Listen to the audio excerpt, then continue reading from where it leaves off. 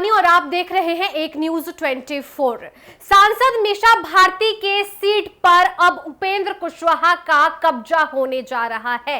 जी हां, उपेंद्र कुशवाहा का नाम ऐलान कर दिया गया है। बता दें कि केंद्र के बीजेपी नेतृत्व ने यह स्वीकार कर लिया है कि राज्यसभा उपेंद्र कुशवाहा को भेजना ही चाहिए और साथ ही साथ उनकी एक नई रणनीति भी सामने आ गई है।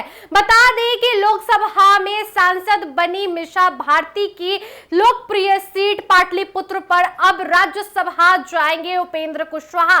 जैसा कि आपको बता दें कि लोकसभा का चुनाव हाल ही फिलहाल में खत्म हुआ है, लेकिन उपेंद्र कुशवाहा की नाराजगी खत्म होने का नाम नहीं ले रही थी, जिसके बाद यह फैसला लिया गया कि उपेंद्र कुशवाहा को खुश तो करेंगे ही, लेकिन जो समीकरण बीजेपी एनडीए बैठा रही है उसको भी लेकर चलना है। तो ऐसे में उपेंद्र कुशवाहा का नाम ऐलान कर दिया गया। औपचारिक तौर पर उपेंद्र कुशवाहा ने सोशल मीडिया एक्स पर पोस्ट शेयर करके तमाम नेतृत्व को धन्यवाद दिया है। बता दें आपको कि केंद्र में बैठी एनडीए के नेतृत्व में बीजेपी ने यह फैसला लिया है कि उपेंद्र कुशवाहा को भेजा जाएगा राज्यसभा। ऐसे में सबसे बड़ा सवाल ये उठ रहा है कि आखिरकार उपेंद्र कुशवाहा को राज्यसभा भेजने का जो फैसला है, इसके पीछे क्या कुछ रणनीति तय की गई है। दूसरा सवाल ये कि क्या विधानसभा चुनाव में इसका खासा असर पड़ेगा। तो जाहिर सी बात है कि बीजेपी अगर कोई रणनीति बनाती है, बीजेपी के शीर्ष नेतृत्व अगर कोई एनडीए तमाम जो घटक दल है कुछ अनुभव लगाकर, कुछ बातें रखकर, कुछ विचार करके ये बातें स्पष्ट करने की कोशिश करते हैं कि जो फैसला हम लेते हैं उसके पीछे कुछ कारण होते हैं और साथ ही साथ आने वाले दिनों में यह कारण स्पष्ट हो जाएगा। यानी कि सब मिला जुलाकर ये देखा जाता है कि अगर कैंडिडेट का चुनाव होता है तो उसके पीछे एक समीकरण साधने की रणनीति भी तय होती है। खास बात आपको बता दें कि उपेंद्र कुशवाहा काराकाट लोकसभा क्षेत्र से चुनाव हारने के बाद उन्होंने खुले तौर पर यह ऐलान कर दिया कि मैं हारा हूं या किसी ने मुझे हराया है, इसकी जांच होनी चाहिए। गहन चिंतन के बाद यह फैसला लिया गया कि उपेंद्र कुशवाहा को भेजा जाएगा राज्यसभा। ऐसे में सबसे बड़ा यहां पर समीकरण का खेल देखा जा रहा है। जैसा कि आपको बता दें कि लव कुश समीकरण नीतीश कुमार की 2005 से चल आ रही रणनीति के तहत वो कुर्सी पर कायम रहते हैं। ऐसे में यह जो समीकरण है ये नाराज चल रही है लोकसभा चुनाव के बाद से, और यह बीजेपी के तमाम सर्वे दावा कर रहे हैं, जिसके बाद से यह खुलासा हुआ कि उपेंद्र कुशवाहा जो कि बड़े नेता हैं और कुशवाहा समाज से आते हैं और कुशवाहा समाज का नेतृत्व करते हैं, ऐसे में उनको अगर फ्रंट में लाते हैं तो काफी कुछ अच्छा हो सकता है। ऐसे में आरएलएम प्रमुख उपेंद्र कुशवाहा की पार्टी घट ना जाए, यानी कि उनकी पार्टी अब पीछे ना पड़ जाए। ऐसे में आपको पहले यह भी बता देते हैं कि आरएलएम कोई बड़ी पार्टी नहीं है, लेकिन उपेंद्र कुशवाहा लोकसभा जीतने के बाद इसे एक नए पैमाने पर ले जाना चाहते थे, लेकिन यह सब विफल रहा। कारण तो सबसे बड़ा यह था कि पावर स्टार पवन सिंह निर्दलीय प्रत्याशी के तौर पर उपेंद्र कुशवाहा को मात देने के लिए काराकाट पर चुनाव लड़ने के लिए आ चुके थे। ऐसे में उपेंद्र कुशवाहा भी ना जीते, ना ही पवन सिंह जीते। पवन सिंह हालांकि अच्छे मतों के साथ सेकेंड पोजीशन पर रहे, लेकिन सेकेंड पोजीशन पे रहने के बाद उपेंद्र कुशवाहा को यह लग रहा था कि उन्हें किसी ने हराने की साजिश रची है। पहला ये बात कि उपेंद्र कुशवाहा ने सोचा कि बीजेपी के तमाम शीर्ष नेतृत्व अगर काराकाट आते हैं तो उपेंद्र कुशवाहा की जीत जो है वो पक्की हो सकती है, लेकिन यह विफल हुआ। इसके पीछे उपेंद्र कुशवाहा एक बड़ी साजिश बता रहे थे। उपेंद्र कुशवाहा का कहना है खुले तौर पर कि या तो मुझे हराया गया है या इसके पीछे कोई साजिश रची गई है या मैं खुद हारा हूं, इसको स्पष्ट किया जाएगा। हालांकि वो लगातार केंद्र पहुंच रहे थे, सभी से बातचीत कर रहे थे। आपको तो याद होगा कि जेपी नड्डा से भी मुलाकात की और तस्वीर भी सामने आई, जिसके बाद से ये खुले तौर पर ऐलान हो गया कि उपेंद्र कुशवाहा राज्यसभा जाएंगे। हालांकि उपेंद्र कुशवाहा को कुछ तो मिला, ये सबसे बड़ी बात है, क्योंकि लोकसभा तो वो चुनाव हार गए। उसके दरमियान ये अनुमान लगाया जा रहा था कि उपेंद्र कुशवाहा हार जाते हैं तो उनका करियर समाप्त है, लेकिन राज्यसभा भेजकर उनके करियर को एक और पैमाना दिया गया है, एक और लक उनके सामने आ खड़ा हुआ है। ऐसे में सबसे बड़ा सवाल जो मैंने शुरुआत में ही आपको कहा कि उपेंद्र कुशवाहा क्या कुछ सोच रहे हैं अब। खास बात यह कि उपेंद्र कुशवाहा को अगर साइड करें तो बीजेपी के शीर्ष नेतृत्व क्या कुछ सोच रहे हैं, क्या यहां पर एनडीए का बड़ा खेला होने वाला है? जी हां, बिल्कुल आपको बता दें यहां पर खेला होने वाला है। जैसा कि आपको बता दें कि दोनों गठबंधन, मजबूत गठबंधन इंडी और वहीं पर एनडीए, दोनों गठबंधन अपने अपने समीकरण का दावा करती है। तो वहीं पर जहां ईडी गठबंधन, महागठबंधन एमवाई समीकरण पर चलती है, लेकिन उनके लिए भी लवकुश समीकरण बहुत मायने रखता है।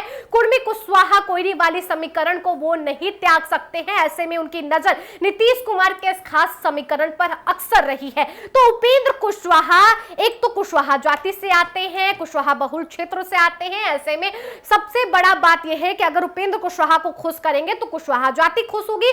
कुशवाहा जाति को खुश करने के लिए एक बड़े नेता को सामने लाकर रखना पड़ेगा। ऐसे में अगर उपेंद्र कुशवाहा को खाली छोड़ दिया जाता तो बहुत बड़ा घाटा विधानसभा चुनाव में हो सकता था, और ये अनुमान लगाया भी जा रहा था, और इसका बड़ा नुकसान जो है बीजेपी नहीं झेल सकती थी, और इसीलिए उपेंद्र कुशवाहा का नाम अब सामने आ गया है।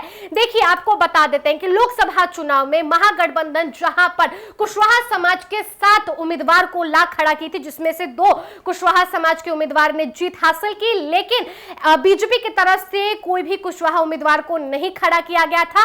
एनडीए की तरफ से किया गया था 4, लेकिन जीत पक्की पक्की हार की तरफ थी। लेकिन यहीं पर आपको बता दें कि उपेंद्र कुशवाहा का नाम इसलिए लाया गया था क्योंकि एक तरफ लोकसभा चुनाव का हार और दूसरी तरफ उपेंद्र कुशवाहा की नाराजगी, ये दोनों अगर विधानसभा चुनाव पर आ जाती तो बहुत बड़ी मात मिल सकती थी एनडीए को। और इसीलिए एक तरफ आपको बता दें कि चर्चा ये भी हो रही थी कि आने वाले विधानसभा चुनाव किसके नेतृत्व में लड़ा जाएगा। तो इसकी भी खुलासे अब हम सभी के बीच हैं। इसका खुलासा हो चुका है कि नीतीश कुमार के नेतृत्व में चुनाव लड़ा जाएगा, लेकिन यहां पर जो कुशवाहा समाज के लोग हैं उनकी नाराजगी दूर करना एक बहुत बड़ा मुद्दा है।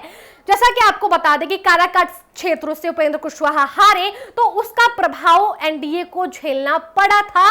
काराकाट क्षेत्र का प्रभाव तमाम आसपास के क्षेत्रों में भी देखने को मिला था। शाहबहादुर क्षेत्र का एग्जाम्पल हम लोग साफ तौर पर ले सकते हैं।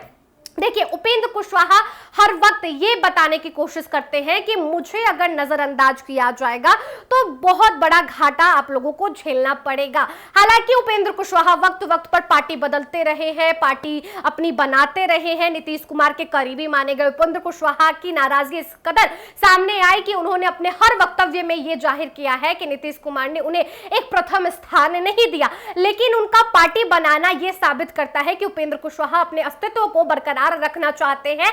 और यहीं पर जब वो केंद्र पहुंचते हैं तो उन्होंने खुलकर ये दावा किया कि सर्वे की रिपोर्ट को देखिए कि कुशवाहा समाज के लोग नाराज चल रहे हैं। अगर वो उन्हें राज्यसभा भेजने की जुगत में जुट जाते हैं तो ऐसे में कुशवाहा समाज के लोग खुश नजर आएंगे। ऐसे में भगवान सिंह कुशवाहा का नाम ऑलरेडी सामने एक आ चुका है। कुशवाहा समाज के ये भी एक बड़े नेता माने जाते हैं। ऐसे में नीतीश कुमार ने खुलकर इनको फ्रंट फुट पे लाया है, लेकिन उपेंद्र कुशवाहा को राज्यसभा भेजकर तमाम जगहों पर एक समीकरण का गोलबंदी बनाया जा रहा है। देखिए, सबसे बड़ी बात है कि उपेंद्र कुशवाहा विधानसभा के भी सदस्य रहे, विधान परिषद के भी सदस्य रहे, राज्यसभा के भी सदस्य रहे और लोकसभा के भी सदस्य रहे हैं, लेकिन केंद्रीय मंत्री भी वो रह चुके हैं।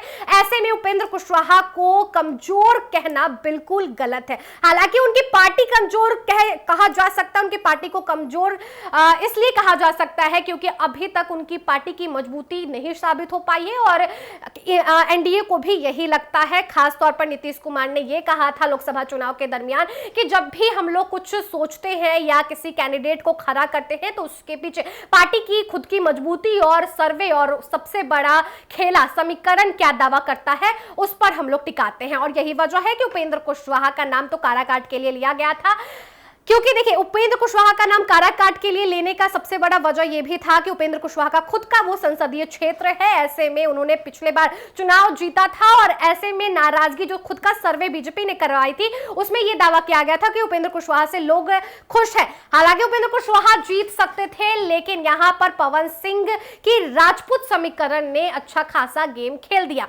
और यही वजह है कि उपेंद्र कुशवाहा को राज्यसभा भेजने की तैयारी अब जोरों शोरों से होने लगी है।